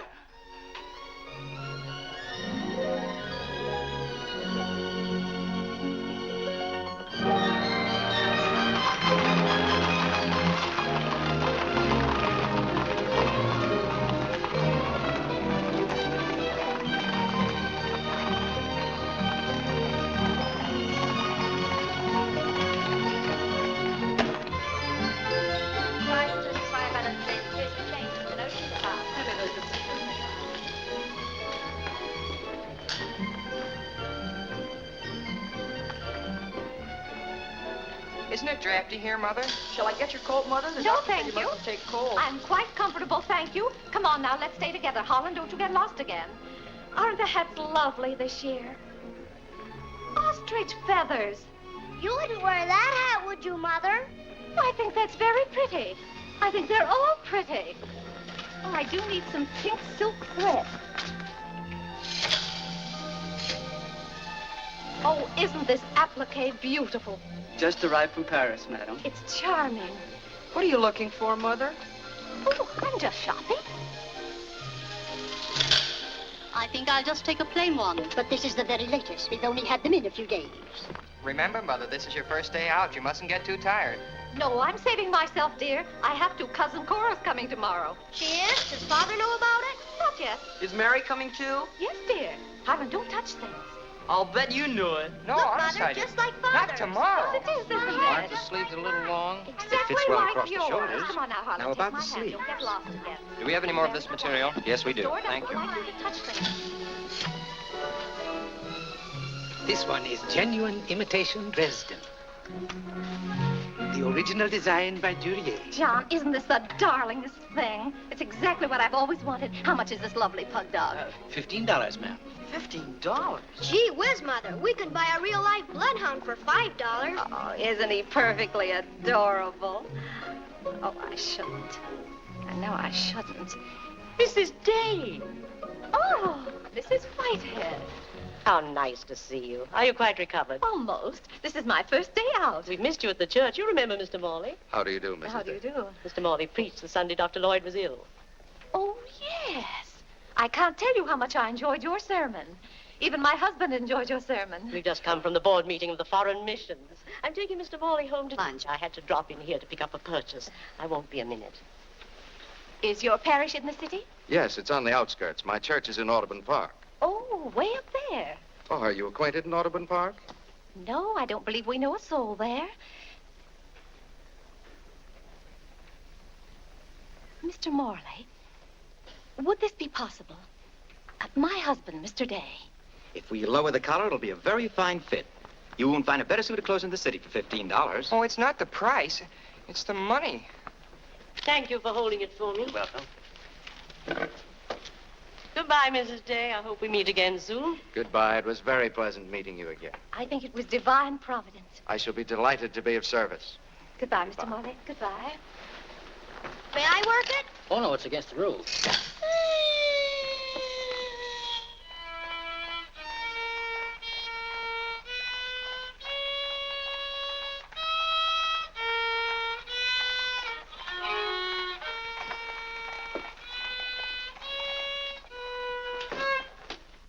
Hello. What did you bring home more medicine for? Dr. Bartlett paid us off, didn't he? Oh, yes. Oh, Jiminy, you scared me. I've got to take $15 right down to McCreary's. I bought a suit there this morning, and I said I'd have the money this afternoon. Gee, that's too bad. What's too bad?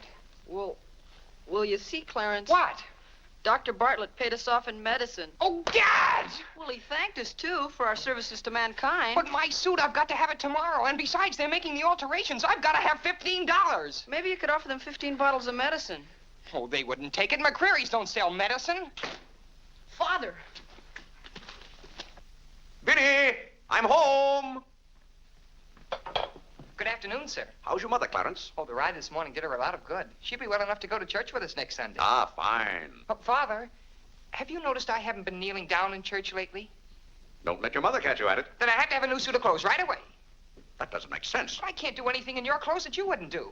Well, if my old clothes make you behave yourself, I don't think you ought to wear anything else. Oh, no, you're you and I'm me. I want to be myself. I mean, suppose I should want to kneel down in front of a girl. Why, in heaven's name, should you want to do a thing like that? Well, I've got to propose to a girl sometime. Clarence. Well, not right away, but for $15 I can get a good suit of clothes. Clarence, you're beginning to talk as crazy as you... Hello, Vinny. You're feeling better today, huh? Much better, thank you, Claire. You don't have to hurry home from the office every day like this. With business the way it is, there's no use going to the office at all. Yes, you do look better, Vinny. What did you do today? Well, I got a carriage and took the boys for a ride, and we stopped in at McCreary's. And, oh, Claire, I've the most wonderful news for you. Who do you think I met? Mr. Morley. Morley? Never heard of him. Remember remember that nice young minister who substituted for Dr. Lloyd one Sunday? Oh, yes. Bright young fellow. Preached a good, sensible sermon. Short one, too. Ought to be more ministers like him. Well, Claire, his parish is in Audubon Park. You know, way up above Harlem. Nobody knows you up there. You'll be perfectly safe. Safe? Vinny, what the devil are you talking about? I've gone all over everything with Mr. Morley, and he's agreed to baptize you. Oh, he has. The young whippersnapper. Very nice of him. We can go up there any morning. We don't even have to make an appointment. Who said I was going to be baptized at all? Why, Claire, you did. Now, Vinny.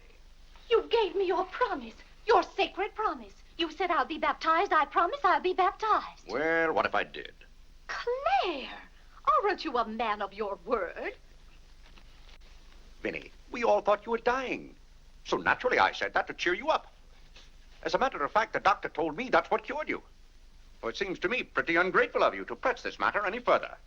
My being well has nothing to do with it. You gave me your word. You gave the Lord your word. And you're going to march yourself up to Mr. Morley's church some morning before you go to the office and be christened. If you think for 1 minute... What in the name of heaven is that? If you think I'm going to let you add the sin of breaking your solemn and sacred promise... I demand to know what that repulsive object is. It's perfectly plain what it is. It's a pug dog. What is it doing in this house? I wanted it and I bought it. You spent good money for that? Claire, don't try to change the subject.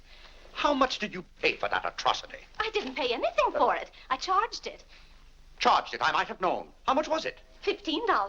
$15? Claire, For that eyesore? Don't you call this lovely work of art an eyesore? It will look beautiful sitting on a red cushion by the fireplace in the living room. If that sits in the living room, I won't. Furthermore, I don't even want it in the same house with me. Get it out of here. Claire, you're not going to get out of this room until you set a date for your baptism. I'll tell you one thing. I'll never be baptized as long as that hideous monstrosity is in this house. All right. All right. Clarence. That pug dog goes back this afternoon, and he's christened first thing in the morning. You heard him, didn't you, Clarence? You heard him say that he'd be baptized as soon as I got this pug dog out of the house. You hurry right back to McCreary's with it, and be sure they credit us with $15. Oh, Mother, while we were at McCreary's, I happened to see a suit I'd like very much, and the suit was only $15. Well, Clarence, I'm afraid your suit will have to wait until after I get your father christened. Well, no, I meant that since the suit cost just the same as the pug dog, if I exchanged the pug dog for the suit... Why, yes. Then the suit wouldn't cost your father anything.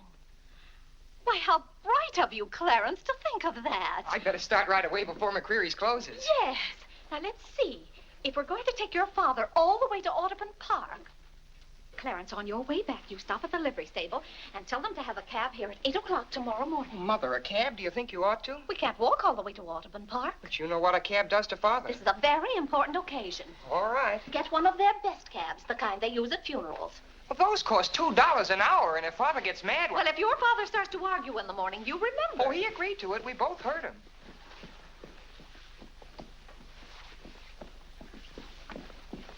I hope you notice Clarence is returning the pug dog. That's a sign you're getting your faculties back.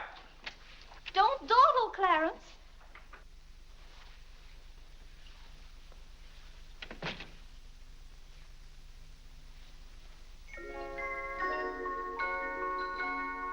Come to me, sweet Marie, not because your face is fair, dear to see. Vinny, it's good to hear you singing again.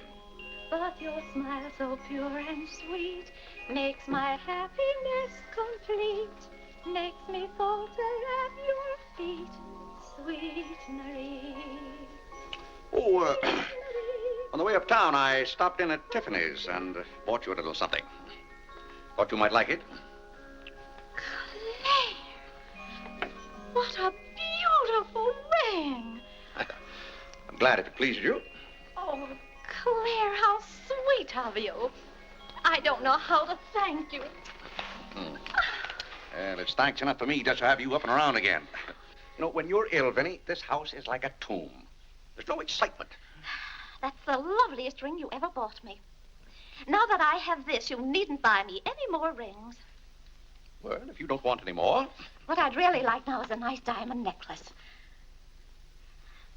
Vinny, Do you know how much a diamond necklace costs? Yes, I know, Claire, but don't you see, you're giving me this shows I mean a little something to you. Now, a diamond necklace. Good heaven. If you don't know by this time how I feel about you. Well, we've been married for 20 years, and I've loved you every minute of it. What did you say, Claire? I said we've been married for 20 years, and I've loved you every minute of it.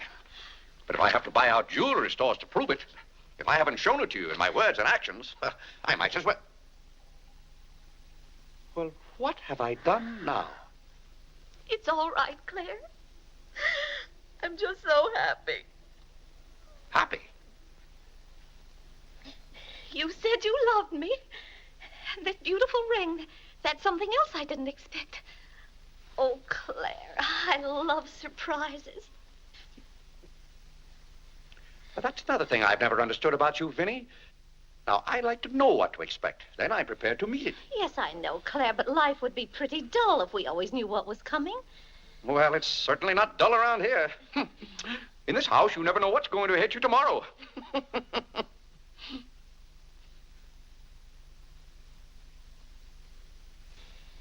Every daisy in the dell knows my secret, knows it well, and yet I dare not tell thee, sweet Marie,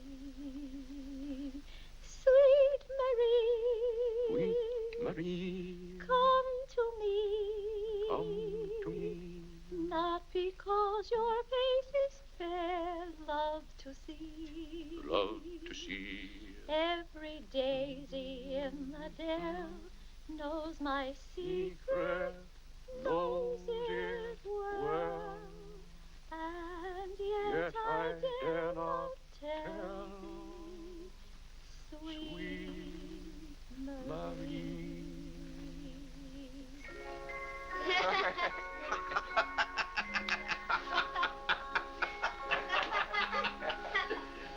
Well, then, Harlan, the very...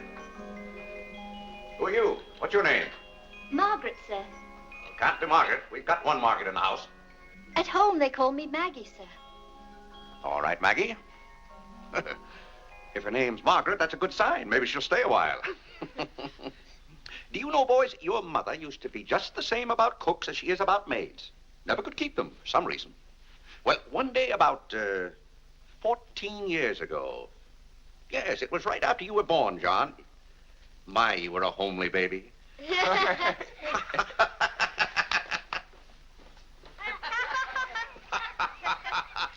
you, Margaret. Good morning, boys. Good morning. Good morning, Mother. Good morning, Claire. Morning, Vinnie. Why, you look as though you were dressed for a wedding. Do I, dear? Yes. Have a good night? Yes, thank you, Claire. Sit down, Vinnie. Sit down, boys. Oh, thank you, Clarence. Well, seems to me everyone's all dressed up this morning. What's on the program for this fine day? Well, this afternoon, May Lewis's mother is giving a party for everyone in May's dancing class. Harlan's going to that. I don't want to go, Mama. Harlan, don't you want to go to a party and get ice cream and cake? May Lewis always tries to kiss me. When you get a little older, you won't object to girls wanting to kiss you. Will he, Clarence? This is for you, Mr. Day. Where shall I put it? Oh, that's for me, I think. Take it upstairs, Maggie. Wait a minute, Maggie. Bring it here. Let's see it. See, it's for me, Father, Clarence Day Jr. Let me look. Well, that's from McCreary's. And it's marked charge. What is it? Claire, it's all right. It's nothing for you to worry about. Well, at least I think I should know what's being charged to me. What is it? Claire, stop your fussing. It's a new suit of clothes for Clarence, and it isn't costing you a penny. It's marked charge $15. It's costing me $15. And I told Clarence... Claire, can't you take my word? It isn't costing you a penny. I'd like to have you explain why it isn't. Because Clarence took the pug dog back and got the suit instead. Of course. And they'll charge me $15 for the suit. Nonsense, Claire. We gave them the pug dog for the suit, don't you see? Then they'll charge me $15 for the pug dog. But, Claire, they can't. We haven't got the pug dog. We sent that back. Well... But... Well, now, wait a minute, Vinnie. The suit... There's something wrong with your reasoning. Well, Claire, I'm surprised at you when you're supposed to be so good at figures. That's perfectly clear to me. Vinny, they're going to charge me for one thing or the other. Don't you let them.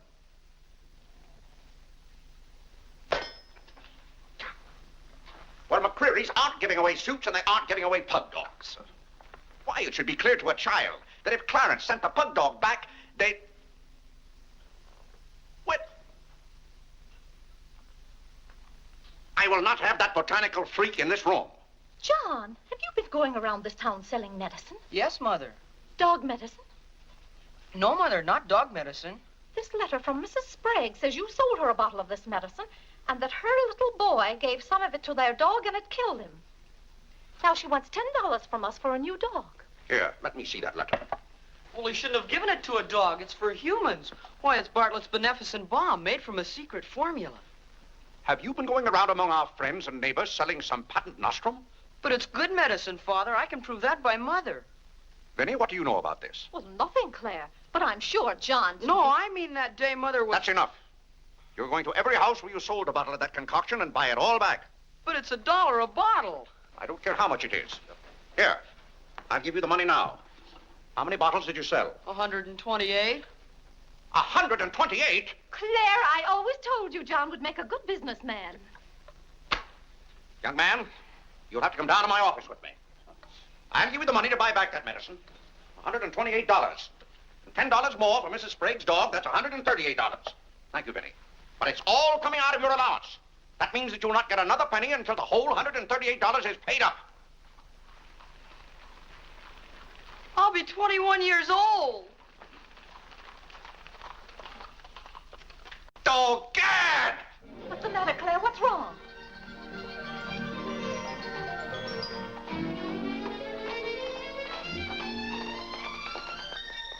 Those gypsies are back. Don't they know what answer the door? They're moving in on us again, bag and baggage. I won't have it, I tell you. I won't have it. Now, Claire. Don't let them in. Claire, hush up. They'll hear you. Tell them to get back in that cab and drive right on to Ohio. As if we could turn our own relatives away. But they're extravagant enough to take cabs when horse cars run right by our door. And now you be quiet and behave yourself. John, come help with the baggage. Why do they always have to pounce on us without any warning? Cora, Mary. Well, it's so good to have you back again. How are you, Vinny? We've been so worried about you. Oh, I'm fine now. Did you have fun in Springfield? Was it? John. My, you're still growing. Thank you, Cousin John, Cora. go get the baggage. There's Whitney. Whitney. How are you, darling? Fine, thank you. And little Harlan. Hello. Have you been a good boy? No. Claire, the girls are here. Cousin Claire, here we are again.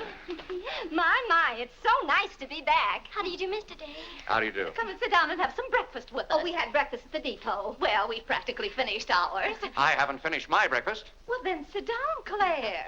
Come and have a cup of coffee anyway. Oh, thank Mary, you, sit Vinny. over there. Cora, Maggie, clear those places. My, this seems so natural. Claire, don't let your kippers get cold. Maggie, serve some coffee. Yes. Where's Clarence? Well, he must be upstairs moving his things so you can have his room again. Oh, Vinny, we can't stay overnight. Grandpa Ebbs has been sailing very fast, and that's why I have to hurry back. We're leaving on the 5 o'clock train this afternoon. Well, Cora, it certainly is good to see you again.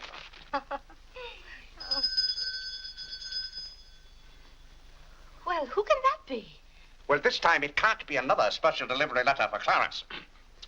While you were in Springfield, our postman was kept pretty busy. It's the cab, ma'am. Cab? What cab? The cab that's to take us to Audubon Park. Oh? Who's going to Audubon Park? We all are. Cora, the most wonderful thing has happened. Claire is going to be baptized this morning. Vinny, what are you saying? I'm saying you're going to be baptized this morning. I am not going to be baptized this morning or any other morning. You promised yesterday that as soon as I sent that pug dog back, you'd be baptized. I never said anything remotely like that. Clarence was right there and heard you. That's why I ordered the cab. The cab. Vinny, you send that right back. I'll do nothing of the kind. I'm going to see that you go to heaven. I can't go to heaven in a cab.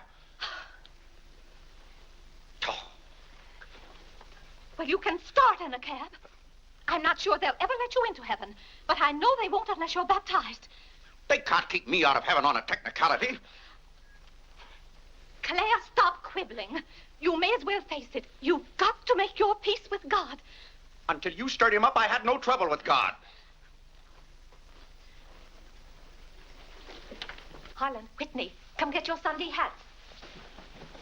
Clarence, John. Yes, Mother? Hurry, we're ready to go. Oh, my prayer book. Harlan, come let me fix your tie. Benny, are you mad? Was it your plan that my own children should witness this indignity? Why, Claire, they'll be proud of you. I suppose Harlan is to be my godfather. Vinny, I won't go through with this thing. That's final. Well, Claire, dear, if you feel that way about it... I do. Then we won't take the children with us.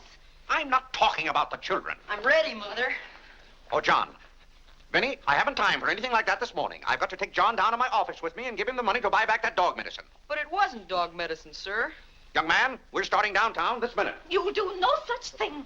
You gave me your sacred promise that day I almost died. Yes, and she would have died if we hadn't given her some of that medicine. That proves it's good medicine. You gave your mother some of that dog medicine? John, you didn't. Yes, we did, Mother. We put some in your tea that morning. Oh, John. Do you realize you might have killed your mother? You did kill Mrs. Sprague's dog.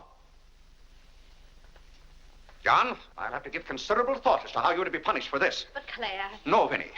When I think of that day, why, we might have lost you. You're all right now, thank heaven. But what I went through that afternoon, the way I felt, I'll never forget it. You've forgotten it already. What do you mean? That was the day you gave me your sacred promise. Yes, but I wouldn't have given you my promise if I hadn't thought you were dying. And you wouldn't have almost died if John hadn't given you that dog medicine. Don't you see? Well, the whole thing is illegal. Suppose I had died. It wouldn't make any difference to you. You don't care whether we meet in heaven or not. You don't care whether you ever see me and the children again. Now, Vinny, you're not being fair to me. It's all right, Claire. If you don't love us enough, there's nothing we can do about it. But that has nothing to do with it. I love my family as much as any man. All my life, I struggled and worked just to... Gad, there's that cab. Vinny, you're not well enough to go all the way to Audubon. Oh, I'm well enough if we ride. But that trip would take all morning. And those cabs cost $1 an hour. This is one of their best cabs. This costs $2 an hour. Well, then why aren't you ready? Get your hat on. Oh, tarnation! Hallelujah! Amen! Young lady, if it hadn't been for you, no one would have known whether I was baptized or not.